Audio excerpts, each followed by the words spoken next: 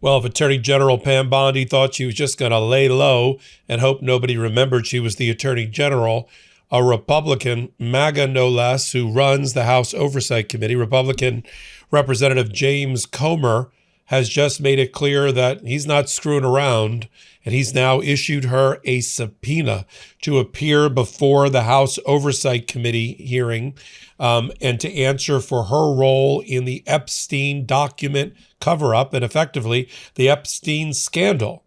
The only reason a subpoena would have to be issued by the chairperson of the House Oversight Committee, in this case a Republican, is because, well, let's put it this way. It sounds like she had been peeing in the sandbox, if you know what I mean. She was not cooperating with the committee because they would never have had to subpoena her if she agreed to come in. Now, she has to come in when the Judiciary Committee, run by Jim Jordan, brings her in, because that's an oversight committee that has direct oversight over her office. But the House Oversight Committee doesn't necessarily have that power over her, which makes it automatic, meaning she'd either have to volunteer or Comer alone would have to bring her in. Comer is interesting because in the last week or so, he's thrown the Trump administration under the bus related to Epstein a couple of times. I reported on James Comer in an interview with Jesse Waters, basically saying that the New Mexico ranch of Jeffrey Epstein should have been searched during Trump's first administration, but that the New Mexico officials were told to stand down and stop searching that ranch where, for all we know, dead bodies of victims of the child sex trafficking are buried during the Trump administration by the Trump Department of Justice led by Bill Barr. When I heard that, I was like, well, who made that statement? I was told James Comer. I said, are you kidding me? I mean, the wheels are falling off the wagon when it comes to support for Donald Trump and trying to protect him related to the Epstein scandal. I'm Michael Popok. You're on the MeidasTouch Network and on Legal AF. Let's get to the new demand. But I wanted to give you the background that this is a very strong letter. This is a very critical letter. It lays out not just, we like to see it, here's your subpoena, but it's speaking to the American people about something that Republicans and Democrats have joined together here against Donald Trump, which is the Epstein scandal, the cover-up of the Epstein scandal, and the attempted cover-up of the cover-up.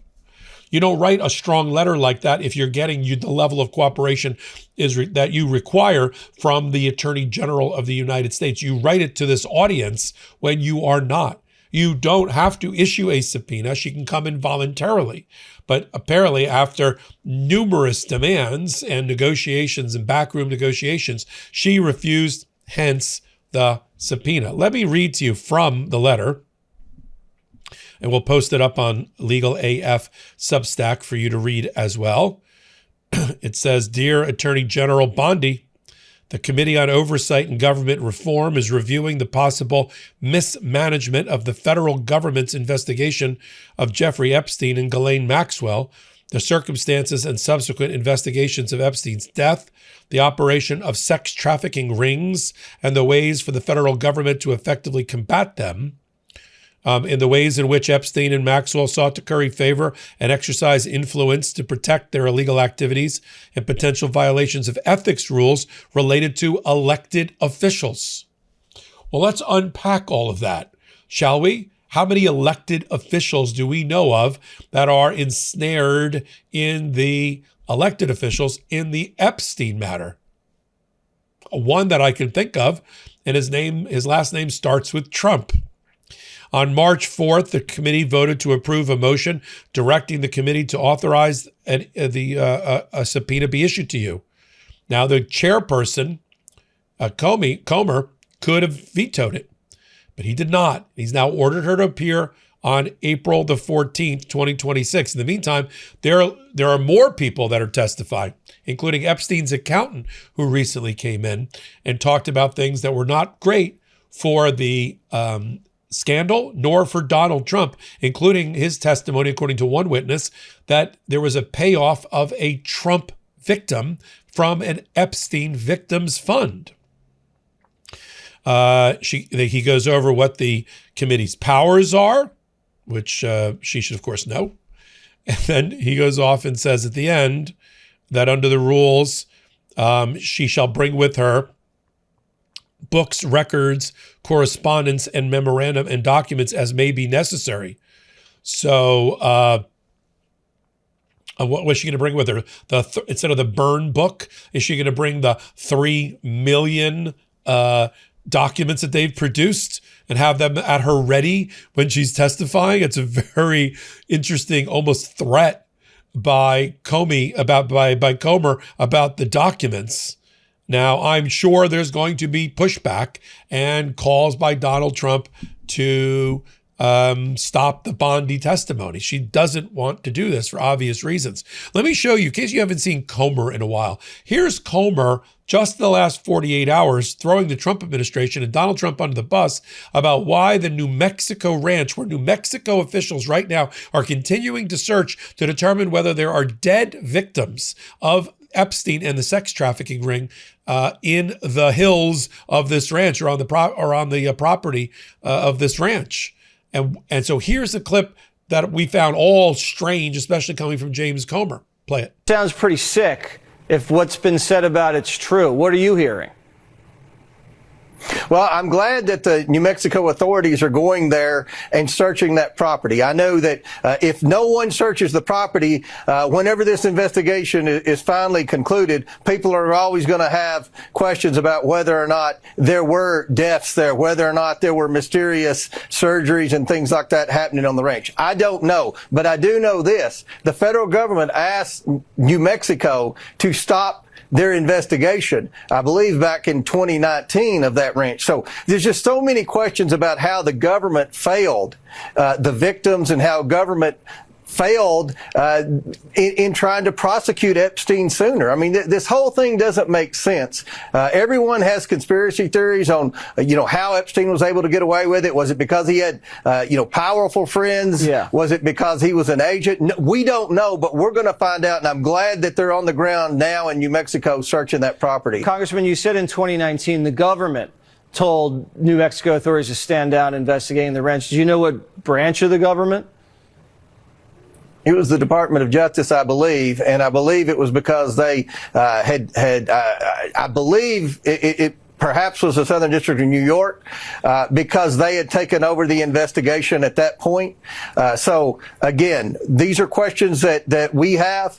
We want to get the answers, but I will say publicly, I'm glad that the New Mexico authorities are on the ground searching that property. I don't know if there's anything there. I don't think anybody knows, but I do know this, Jesse. It's probably never been searched before very thoroughly. That's crazy. The house probably has, but the property hasn't. Oh, I can't contain myself. I'm excited to tell you about the world's #1 expanding garden hose and their brand new product, the Pocket Hose Ballistic. I used to have to buy a new hose like every year due to kinks and tangles, but the Pocket Hose Ballistic is the upgrade I've been looking for my entire life. It's the toughest pocket hose ever built, reinforced with a liquid crystal polymer used in bulletproof vests. Pocket Hose is the #1 expandable hose in the world.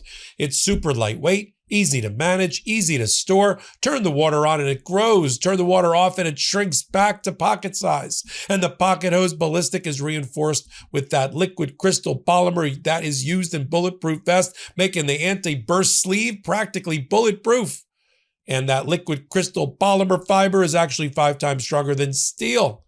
And now for a limited time, when you purchase a new Pocket Hose Ballistic, you'll get a free 360-degree rotating pocket pivot and a free thumb drive nozzle. Just text LEGAL, L-E-G-A-L, to 64,000. That's LEGAL to 64,000 for your 2 free gifts with purchase. Text LEGAL to 64,000, where message and data rates may apply. So what is going on here is what we've seen from why Marjorie Taylor Greene, of course, is no longer in the party. Because MAGA, there are just some things that you can't get MAGA to do. And covering up for a child sex trafficking ring that touches on powerful men and some women around the world, and particularly in the United States, seems to be the one area that's radioactive even for MAGA, especially for MAGA women. I mean, it was, Nancy Mace, who I agree with on nothing, and